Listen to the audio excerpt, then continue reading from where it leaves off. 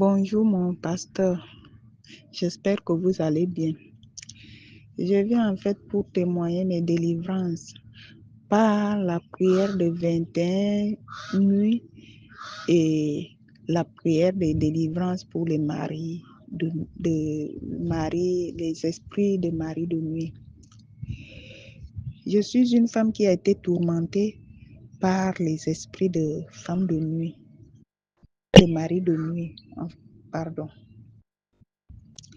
Donc, une nuit pendant mes prières, j'ai rêvé un homme qui se disait mon mari. Je lui ai dit que toi, tu n'es pas mon mari. Il m'a dit que moi, je suis ton mari. Je viens, je reste avec toi dans la même maison. Comment est-ce que tu peux dire que tu n'es pas ma femme? Toi, tu es ma femme. Et moi, je lui ai dit que je ne suis pas ton mari, je ne suis pas ta femme. On a eu à bagarrer toute la nuit. Toute la nuit en rêve. On a bagarré jusqu'à ce que je l'ai vaincu. Il a dit, bon, je pars, puisque tu dis que tu n'es pas ma femme, mais en restant, sache que tu portes mon enfant dans le ventre. C'est là où je lui dis, je ne porte pas ton enfant dans le ventre, je ne suis pas enceinte. Moi, je ne suis pas enceinte de toi et tu n'es pas mon mari. Jusqu'à il a dit, il va appeler sa sœur. Il a appelé une dame qui est arrivée. La dame, je ne le connaissais même pas. Et c'est là où la dame lui dit que bon, quand la femme ne te veut plus, il faut lui libérer. Libère la femme là. Le monsieur, convaincu, il est rentré chez moi. Il dit, je ne pars pas sans laisser mes affaires. Je lui dis, va ramasser tes affaires qui sont chez moi. Il est arrivé à la maison. Il a ramassé ses affaires. Jusqu'à quand il partait, il me disait, il a commencé à m'insulter. Bordel, reste faire ta bordellerie. Tu ne me verras plus chez moi. Tu ne me verras plus chez toi. Je ne vais plus revenir. Mais mon enfant qui est dans ton ventre là, c'est là où je lui ai dit que je ne suis pas enceinte de toi. Et si je suis même enceinte de toi, je vais avorter. Hein? Curieusement, quand je me réveille avec les maux de tête terribles. La tête a commencé à me faire mal, le bas-ventre mal.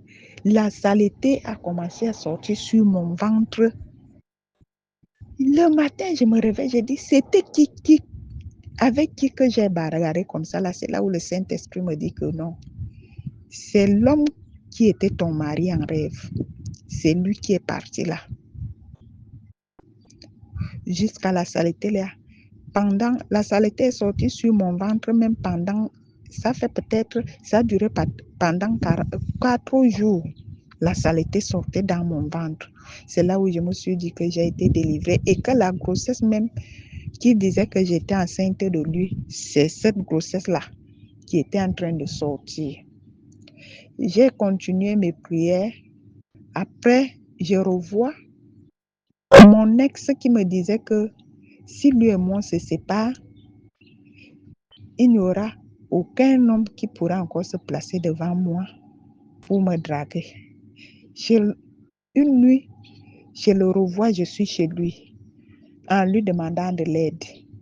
Il me dit que non, moi je ne peux pas t'aider parce que notre mariage est fini.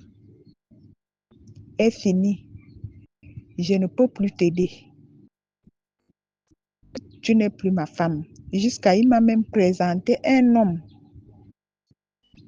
en disant que c'est l'homme-là qui est devenu sa femme. Un homme.